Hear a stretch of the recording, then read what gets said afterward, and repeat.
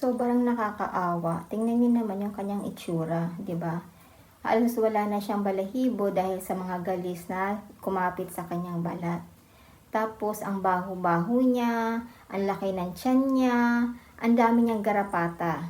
Anyway, siya nga pala si Lily, mga mima. Napulot ko siya dahil nga, alam niyo, dahil pet lover ako, at saka may dalawa na akong aso dito sa bahay, malalaki naman na, hindi ako nagdalawang isip na damputin siya. Pinaliguan ko siya, pinainom ko siya ng pampurga, and then, ayan, niliguan ko pagkatapos nilagyan ko siya ng Madre Cacao. Yung cream. Kasi itong cream na to, subok na namin itong mag-asawa dahil sa may dalawa na kaming aso dati pa at meron kaming isang Persian Siamese na gala. Pero nakakapo naman na siya. Pero talagang alam mo, hindi may iwasan na talagang gumagala talaga siya. Umuwi siya, mayroong mga bangas-bangas, may galis-galis. At talagang nasubukan namin itong Madre Cacao dahil effective sa pusa namin. Yung antipong nagnanaknak na yung kanyang sugat dahil na-allergy siya, dahil lang sa Madre Cacao, hindi na namin siyang kailangan ipabet dahil nga gumaling siya sa Madre Cacao. So ayun, balik tayo sa asong napulot ko. Ayun na nga, Lily ang ipinangalan ko sa kanya dahil nalimot ko nga siya, limot. Ayan.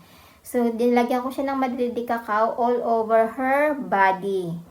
Kasi alam niyo yun, yung nagnanaknak na yung kanyang sugat, tapos yung butlig-butlig dahil nga sa kuto. Ayan. Do pinatakan ko na rin siya ng pangkuto ng time na may liguan ko siya. Pero nilagyan ko pa rin talaga siya ng Madre Cacao kasi alam ko makakatulong ito sa kanya. 1 week na nga pala ito sa amin si Lily. Tapos every other day ko siya nililiguan. Tapos nilalagyan ko rin siya ng Madre Cacao. Ayan. Eucalyptus yung kanyang scent, kaya ano naman siya, hindi siya mabaho. Talagang, alam ko naman na gagaling ito si Lily, gaganda yung kanyang balahibo, gaganda yung kanyang katawan. Ayan, hopefully na tuloy-tuloy yung kanyang paggaling ngayon kasi nakikitaan ko naman na yung kanyang balahibo is unti-unti nang tumutubo. Yung sa part ng tiyan niya, sa may tenga niya, sa may ulo niya, kasi naglagas talaga siya dahil nga sa mga galis niya. Ayan. I-update ko kayo mga mima kapag ano ng sitwasyon ni Lily, pag yung kanyang development, yung kanyang progress is gumaganda na.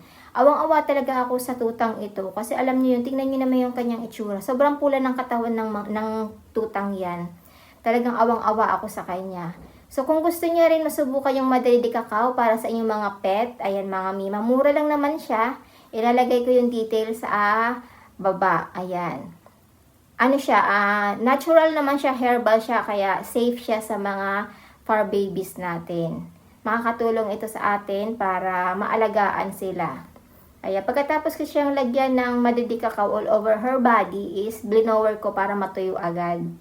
Ayan, so thank you!